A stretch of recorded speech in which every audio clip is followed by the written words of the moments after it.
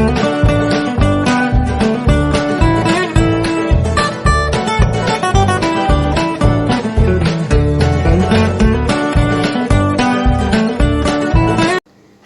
Friends, எல்லோரும் எப்படி இருக்கீங்க? எல்லோரும் நல்லா இருப்பீங்கன்னு நினைக்கிறேன். ஸோ இந்த வீடியோவில் என்ன பார்க்க போகிறோன்னு பார்த்தீங்கன்னா, டெய்லி ரொட்டீன் விலாக் தான். இந்த டே எனக்கு எப்படி போச்சுங்கிறத இந்த வீடியோவில் பார்க்கலாம். நம்ம சேனல் நீங்கள் இப்போ தான் ஃபர்ஸ்ட் டைம் பார்க்குறீங்கன்னா நம்ம சேனல் லைக் பண்ணிக்கோங்க, ஷேர் பண்ணுங்கள், சப்ஸ்கிரைப் பண்ணிக்கோங்க, பக்கத்தில் இருக்க பெல் ஐக்கானை கிளிக் பண்ணிக்கோங்க. அப்போ நான் வீடியோ போட்டு நோட்டிஃபிகேஷன் வரும், நீங்களும் மிஸ் பண்ணாமல் பார்க்கலாம். மார்னிங் ஆஸ் யூஷுவல் 4:50க்கு எழுந்திரிச்சு இன்றைக்கி பிரம்ம முகூர்த்த விளக்கு 4th டே ஏற்றியாச்சு. ஏற்றிட்டு சுவாமிக்கு நைவேத்தியம்லாம் முடிச்சுட்டு விளக்கு கொண்டு போய் துளசி மடத்தில் வச்சாச்சு. அதுக்கப்புறம் பார்த்திங்கன்னா கிச்சன் ஒர்க்குக்கு வந்துட்டேன். நேற்று நைட்டு கொஞ்சம் அப்படியே பாத்திரம்லாம் போட்டு வச்சுட்டு படுத்துட்டேன். ஸோ காலையில் எழுந்திரிச்சு அந்த பாத்திரத்தெல்லாம் க்ளீன் பண்ணிவிட்டு குக்கர் வைக்கிறேன். குக்கர் பார்த்திங்கன்னா இன்றைக்கி வெறும் சமையல் சாதமும் கொஞ்சமாக பருப்பு வச்சுருக்கேன், புளி ஊற போட்டிருக்கேன். புளி பார்த்திங்கன்னா குழம்புக்கும் அந்த ரசத்துக்கும் சேர்த்தே தான் ஊற போட்டிருக்கேன். அம்மா காய் நறுக்கி வச்சிட்ருக்காங்க. இன்றைக்கி வெண்டைக்காய் பொரியலுக்கு காய் நறுக்கிட்டுருக்காங்க. அடுப்பில் பார்த்திங்கன்னா இன்றைக்கி மணத்தக்காளி வத்த குழம்பு தான் வைக்கிறோம். அப்புறம் ரசத்துக்கு இந்த பக்கம் புளியை கரைச்சிட்டு ரசப்பொடியெல்லாம் போட்டுட்டேன். இங்கே பார்த்திங்கன்னா கடுகு தாளிக்கிறேன். கடுகு தாளிச்சிட்டு அதை கடுகு எடுத்து ரசத்துக்கும் அப்படியே போட்டுடுறேன். அதுக்கப்புறம் மணத்தக்காளியை பார்த்திங்கன்னா நல்லா எண்ணெயில் போட்டு பொரிக்கினேன். பொரிச்ச வத்த குழம்பு பொடி 2 ஸ்பூன் போட்டுட்டு நல்லா எண்ணெயிலே போட்டு அந்த பொடியை நல்லா ஃப்ரை பண்ணுறேன். இது மாதிரி பண்ணும்போது பார்த்திங்கன்னா கொஞ்சம் கலர் சேஞ்ச் ஆகும். நம்ம ஹோட்டலில் வைக்கிற மாதிரி அந்த கலரு டேஸ்ட்டு எல்லாமே வரும். அதுக்கப்புறம் குழம்புக்கு வச்சுருந்த புளி தண்ணியை எடுத்து ஊற்றி நல்லா கொதிக்க விடுறேன். அந்த பக்கம் ரசம் நல்லா பொங்கிடுச்சு. பொங்கினோடனே பருப்பு தண்ணி எடுத்து ஊற்றிட்டு ரசத்தை அப்படியே இது பண்ணுறேன். கொஞ்சம் பெருங்காய பொடி போட்டு இறக்கும் போது பார்த்திங்கன்னா கொஞ்சம் கொத்தமல்லி எல்லாமே போட்டு இறக்க வேண்டியது தான். அதுக்கப்புறம் பார்த்திங்கன்னா குழம்புக்கு தேவையான அளவு உப்பு போடுறேன். கொஞ்சம் கொதிச்சிட்ருக்கு ரசமும். இந்த பக்கம் கொதிச்சு ஆஃப் பண்ணிட்டேன் நான். அதுக்கப்புறம் பசங்களுக்கு ஸ்நாக்ஸுக்கு பார்த்திங்கன்னா ஸ்வீட் கார்ன் வேக வைக்கிறேன். இன்றைக்கி ஸ்நாக்ஸுக்கு பசங்க ஸ்வீட் கார்ன் தான் எடுத்துகிட்டு போகிறாங்க. ஸோ ஸ்வீட் கார்னும் ஒரு பக்கம் வேக வச்சுட்டே இருக்கேன். காலையில் எவ்வளோ அடுப்பு இருந்தாலும் காலைல இந்த சமையல் செய்கிறதுங்கிறது பரன்னு தான் கிச்சன் போயிட்டுருக்கும். ஸோ அந்த கார்னுக்கு தேவையான உப்பு போட்டுட்டேன். அது குழம்புக்கு பார்த்திங்கன்னா கொஞ்சமாக திக்னஸ்க்காக கொஞ்சமாக 1 ஸ்பூன் அரிசி மாவு போட்டு நல்லா கலந்து கொஞ்சம் குழம்புல ஊற்றுறேன். எதுக்காக ஊற்றுறேன்னு பார்த்திங்கன்னா குழம்பு கொஞ்சம் தண்ணியாக இருக்கிற மாதிரி இருந்தது. கொஞ்சம் கெட்டி பண்ணணுங்கிறதுக்காக பார்த்திங்கன்னா கொஞ்சம் அரிசி மாவு போட்டால் குழம்பு கொஞ்சம் திக்னஸ் ஆகும். அதுக்கப்புறம் பார்த்திங்கன்னா பொரியலுக்கு கடாய் வச்சுட்டு அதுக்குள்ள கடுகு உளுத்தம் பருப்பு எல்லாமே போட்டு தாளிச்சிட்டேன். தாளித்ததுக்கப்புறம் பார்த்திங்கன்னா வெண்டைக்காவை எடுத்து போடுறேன். வெண்டைக்காய் எடுத்து போட்டு வெண்டைக்காய் பொரியல் ஸ்டார்ட் பண்ணிட்டேன். உங்கள் வீட்டில் நீங்கள் என்ன மாதிரி மார்னிங்கில் பிரேக்ஃபாஸ்ட் அண்ட் லன்ச் எல்லாம் பண்ணுவீங்கிறது கீழே கமெண்ட் செக்ஷனில் சொல்லுங்கள். பார்த்திங்கன்னா குழம்பு கொதிச்சிட்டு இருந்துச்சு. ஸோ இந்த வெண்டைக்காய்க்கு தேவையான உப்பு மஞ்சள் பொடி எல்லாமே போட்டுட்டு வெண்டைக்காய் வதக்க ஆரம்பிச்சிட்டேன். அது வதங்கிட்டுருக்கு. அதுக்கப்புறம் பார்த்திங்கன்னா குழம்பு ஆஃப் பண்ணிவிட்டு அதுக்கப்புறம் கூட்டு வைக்கலான்னு ஸ்டார்ட் பண்ணி அடுப்பில் கடாயை வச்சுட்டு கொஞ்சம் தண்ணி ஊற்றுறேன். தண்ணி ஊற்றிட்டு பாசிப்பருப்பு ஒரு 2 டேபிள் ஸ்பூன் பாசிப்பருப்பு கொஞ்சம் மஞ்சள் பொடி போட்டு ஃபஸ்ட்டு அது வேக விடுறேன். வேக விட்டதுக்கப்புறம் பார்த்திங்கன்னா கொஞ்சம் இதை நல்லா வெண்டைக்காவே வதக்கிட்டுருக்கேன். அதுக்கப்புறம் பீர்க்கங்காய் தான் கூட்டு இன்றைக்கி. நான் ஒரு காய் பத்தாது. ஸோ 2 பேர் மேக்ஸிமம் எங்கள் அம்மாவுக்கு சுகர் இருக்கிறதுனால கொஞ்சம் கூட்டு தான் நிறையா எடுத்துக்க சொல்லுவாங்க. அவங்க ரைஸ் கம்மியாக கொஞ்சம் ப்ரோட்டீன் டேக்காக கொஞ்சம் கூட்டெல்லாம் தான் டாக்டர்ஸ் எடுத்துக்க சொல்லியிருக்காங்க. அதனால் பார்த்திங்கன்னா மேக்ஸிமம் எங்கள் வீட்டில் கூட்டு நிறையா இருக்கும். லன்ச்சில் ஒரு நாள் சுண்டல் இருந்ததுன்னா கூட்டு இருக்காது.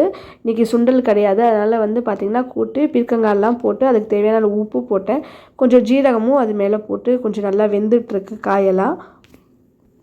காரத்துக்கு தேவையான அளவு கொஞ்சம் ஒரு 1.5 ஸ்பூன் தனி மிளகாய்த்தூள் வெறும் ட்ரை சில்லி பவுடர் போட்டுட்டு நல்லா கூட்டு காரத்துக்கு தகுந்த மாதிரி இருக்குது. அதுக்கப்புறம் மூடி வச்சுட்டேன். மூடி வைக்கும்போது பார்த்திங்கன்னா சீக்கிரம் வேகும். மார்னிங் பிரேக்ஃபாஸ்ட்டுக்கு பார்த்திங்கன்னா இன்றைக்கி என் பொண்ணுக்கு பார்த்திங்கன்னா ஊத்தப்பம் தான் கேட்டால். ஸோ நல்லா ஆனியன் கேரட் எல்லாமே போட்டு ஊத்தப்பம் தான் செஞ்சு கொடுத்தேன். அவள் ஒரு ஆளுக்கு தான் இன்றைக்கி பிரேக்ஃபாஸ்ட்டு. கூட்டுக்கு பார்த்திங்கன்னா துருவின தேங்காய் அது மேலே போட்டேன். அவள் தான் இன்றைக்கி சமையல் எல்லாம் மார்னிங்லேயே முடிஞ்சுது. இன்றைக்கி சமையல் பார்த்திங்கன்னா சாதம், ரசம், வத்த குழம்பு, கூட்டு, பொரியல். அதுக்கப்புறம் சுவாமிக்கு நைவேத்தியம் பண்ணிவிட்டு அதை காக்காக்கெல்லாம் போட்டுட்டு அடுத்த வேலையை ஸ்டார்ட் பண்ணிவிட்டேன். அவளுக்கு அம்மா தலை சீவி விட்டுட்ருக்காங்க. அவளும் சாப்பிட்டுட்ருக்கா. அதுக்கப்புறம் பார்த்திங்கன்னா நேற்று ஈவினிங் வாங்கிட்டு வந்த ஃபிஷ்ஷு 2 அது பார்த்துட்ருக்கோம் நேற்று. ஸோ அதே மாதிரி கை வச்சு பார்க்குறேன் எனக்கு வருதா இல்லைன்னு செக் பண்ணிகிட்ருக்கேன் நான். ஸ்நாக்ஸுக்கு பார்த்திங்கன்னா 2 பேருக்கும் வந்து கார்ன் வச்சுட்டேன். சின்ன பொண்ணுக்கு 2 ஸ்நாக்ஸ் இருக்குது, அதனால் இன்னொன்று பாக்ஸ் வந்து பொம்மைக்கு ஸ்நாக்ஸ் வச்சுருக்கேன். பாப்பாவும் ஸ்கூலுக்கு கிளம்பிட்டா. அதுக்கப்புறம் சின்ன பொண்ணை வந்து இன்றைக்கி எழுப்பி அவளோட இன்றைக்கி மண்டே இல்லையா, கொஞ்சம் லேட்டாக எழுந்திரிச்சிட்டா. இன்றைக்கி அவள் ஸ்கூலுக்கு போனதுக்கப்புறம் தான் எழுந்திரிச்சா. இன்றைக்கி அவளை எழுப்பி அவளை ரெஃப்ரெஷ்மெண்ட் பண்ணிவிட்டு அப்படியே கையோட ப்ரஷ் பண்ணி குளிப்பாட்டி விட்டுட்டு அவளுக்கு குளிச்சுட்டு வந்ததுக்கப்புறம் பிரேக்ஃபாஸ்ட் வந்து பார்த்திங்கன்னா குட்டி குட்டி தோசை கேட்டான்னு குட்டி குட்டி தோசை ஊற்றி கொடுத்தேன். ஸோ சாப்பாடு ஊட்டிகிட்ருக்கேன்.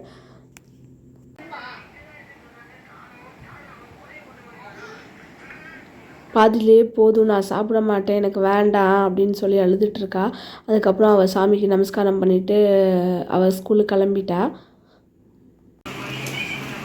பாய் சொல்லிட்டு சாப்பிட்ற வரைக்கும் தான் அவள் அழுதுட்டுருப்பா. அதுக்கப்புறம் பார்த்தாச்சா ஹாப்பியாக ஸ்கூலுக்கு கிளம்பிடுவா. இது நாள் வரைக்கும் அவள் 3 months ஆச்சு ஸ்கூலுக்கு போக ஆரம்பிச்சு. ஒரு நாள் கூட ஸ்கூலுக்கு லீவ் போட்டதில்லை. அவளுக்கு ஸ்கூலுக்கு போனால் ரொம்ப பிடிக்கும். அதுக்கப்புறம் வந்து ஃபிஷ்ஷுக்கு ஃபுட்டு போட்டுட்டு அது கூட கொஞ்சம் விளையாண்டுட்டு இருந்தேன். அது பார்த்துட்டே இருந்தால் கொஞ்சம் மைண்ட் ரிலாக்ஸ் ஆகும். ஸோ இதுக்காக தான் நாங்கள் வீட்டில் ஃபிஷ்ஷு வாங்கி வச்சுக்கிறது. ஸோ அதுக்கப்புறம் பார்த்திங்கன்னா நேற்று பண்ண மாதிரி பண்ணி விளையாண்டுட்டுருக்கேன் கொஞ்சம் நேரம். அதுக்கப்புறம் மார்னிங்கில் மிஷினில் லோட் பண்ண துணியெல்லாம் மிஷின் முடிஞ்சிச்சு. துணியை காய போட்டுட்டு அப்படியே ஆஃப்டர்நூன் கொஞ்சம் வெளியே போகிற வேலை இருந்தது. கொஞ்சம் பேங்க்குக்கு போயிட்டு வந்ததுக்கப்புறம் பார்த்திங்கன்னா அந்த வேலையெல்லாம் முடிச்சுட்டு வந்து சாப்பிட்டுட்டு கொஞ்ச நேரம் படுத்து தூங்கிட்டேன். ஈவினிங் ஆஸ் யூஷுவல் பசங்க ஸ்கூல்லேருந்து வந்ததுக்கப்புறம் கொஞ்சம் எக்ஸாம்லாம் இப்போ போயிட்டுருக்கு. அதனால் எக்ஸாமுக்கு படிக்க வச்சுட்டு அந்த வேலை பண்ணிகிட்ருக்கேன். படிக்க உட்காரதுக்குள்ளே ரெண்டும் எப்போ பாரு விளாண்டுட்டே தான் இருக்கும். ஒன்று அடிச்சுப்பாங்க, இல்லைனா 2 பேர் சேர்ந்து விளாண்டுட்டே இருப்பாங்க. தொடர் என்றால் என்ன? 2 அல்லது 3 4 சொற்கள் அடுக்கி வந்து தப்புமா? அடுக்கி வந்து பிரித்தால் பொருள் தருவது. அடுக்கு தொடர் எனப்படும்.